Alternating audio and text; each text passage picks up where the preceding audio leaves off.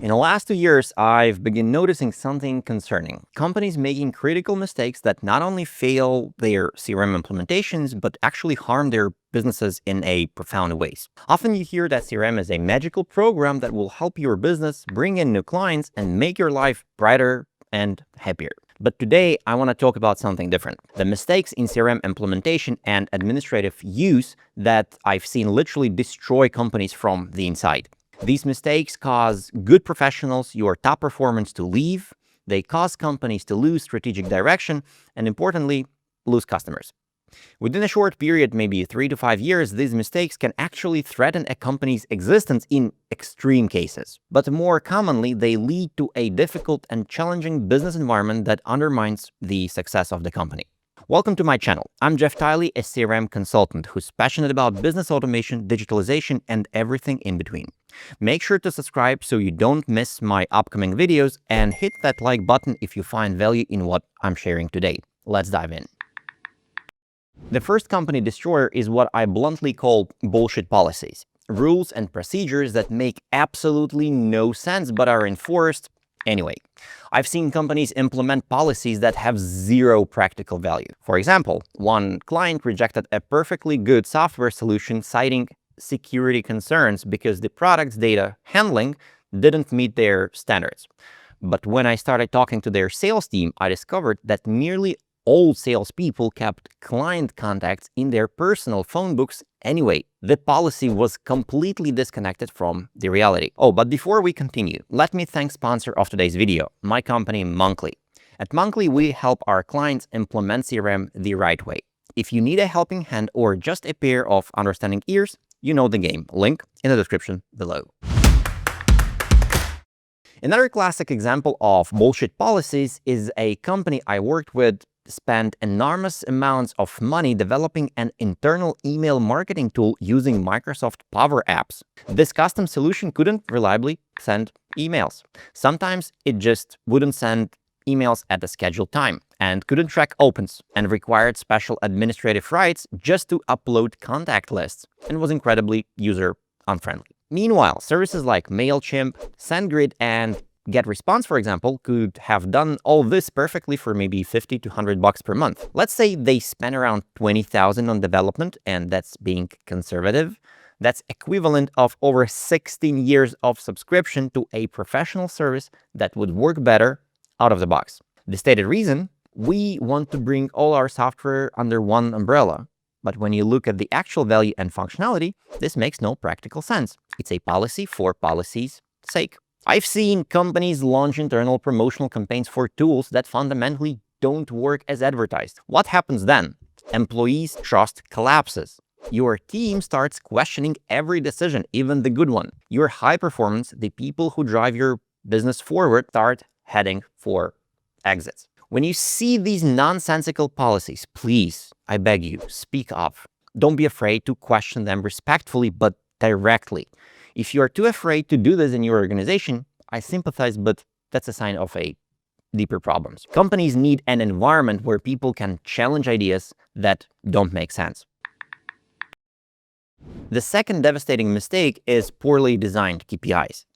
Key performance indicators that actually undermine performance rather than enhance it. This is an extremely painful topic for me personally. I remember working with an Eastern European company to build their sales department, and the leader was obsessed with measuring everything, but not necessarily the right things. This company implemented a standard requiring each salesperson to make at least 50 calls per day. The problem is that some of their best performers were making only 15 to 20 calls per day, but these were highly prepared, well-researched calls that converted extremely well. The leader's logic was, you're great with 20 calls, imagine how amazing you'd be with 50.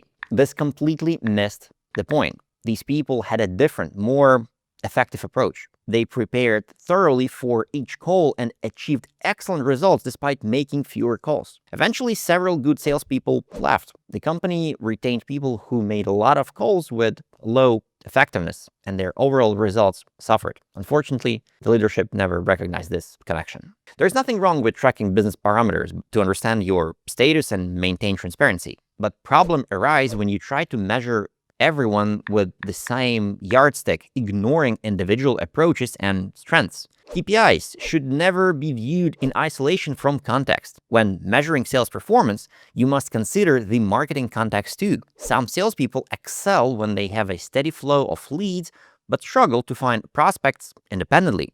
Others, on the other hand, are great at hunting for new business, but need help closing deals.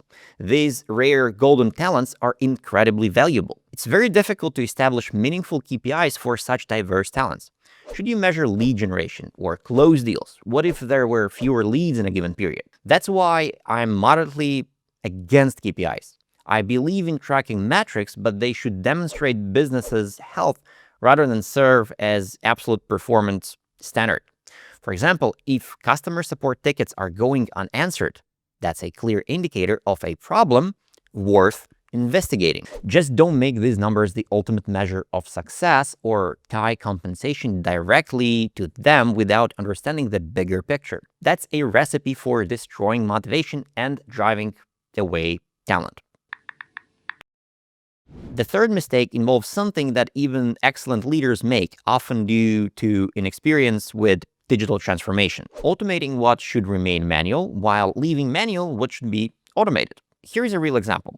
I know a trading and distribution company, not my client, but I follow them closely through a friend who works there. They have warehouse where they store products from major suppliers and then distribute them to a smaller buyers. So essentially a small wholesale operation. Their entire business revolves around making numerous shipments efficiently, but they have focused their digital efforts in the wrong direction. They invested heavily in developing a client portal, even though most of their orders arrive via email as a purchase order that simply needs to be entered into their system. Meanwhile, when shipping products from their warehouse, they haven't connected APIs to carriers like DHL, UPS, or FedEx. APIs mean that they could have ordered a shipment with one click. So their warehouse staff now has to manually copy the same data from internal system to these shipping platforms dozens of times daily, even though they already have the information in the system. This is an incredibly inefficient use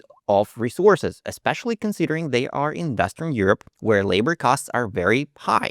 By simply automating this shipping integration, they could dramatically improve efficiency and basically cut costs. What happens in such situations?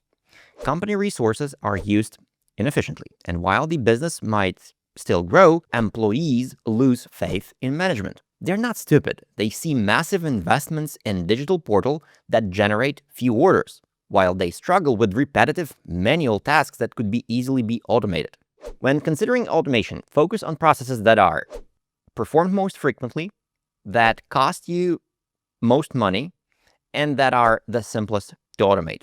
This combination of three factors should guide your priorities. Don't try to automate complex processes that require creativity and human judgment. Instead, look for repetitive, rule-based activities that drain your resources and can easily be systemized. The final and perhaps most fundamental mistake is what I call inconsistency. The failure to make CRM usage a consistent part of your company's routine. When you implement a CRM system, it needs to become a part of your daily workflow, just like your morning routines. Think about it. Every morning you have certain habits. You wash up, drink coffee, and eat breakfast. For me, one of my favorite morning rituals used to be my commute.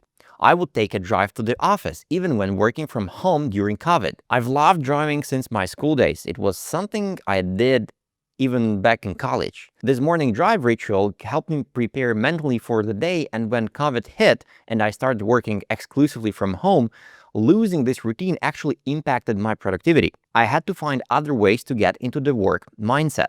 CRM usage requires the same kind of consistency and routine.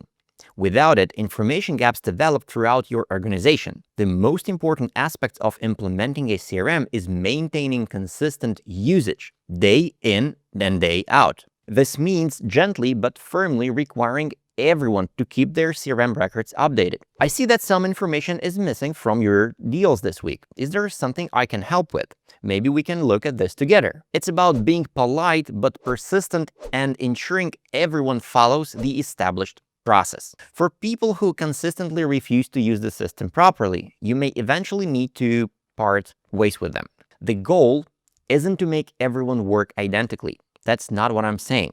But you do need everyone following some basic standards to maintain transparency across the organization. Even your high performance need oversight. Sometimes one excellent salesperson might bring in half of what an entire department produces. That doesn't exempt them from keeping their pipeline visible in the CRM. We are running a business and we need to understand what's in our pipeline and what we can expect in any given month. When inconsistency creeps in, it creates a domino effect.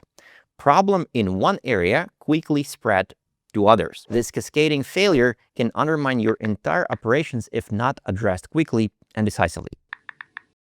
CRM should support your business strategy, not become an administrative burden that drives away talent and destroys value. When implemented thoughtfully, with consistent usage, sensible policies, appropriate measurement, and smart automation, CRM becomes a powerful competitive advantage. Be cautious and apply CRM intelligently for its intended purpose. If you need consultation, you can always hire me. The link is in the description below. Oh, and don't forget to hit like to this video and subscribe to not miss my future videos.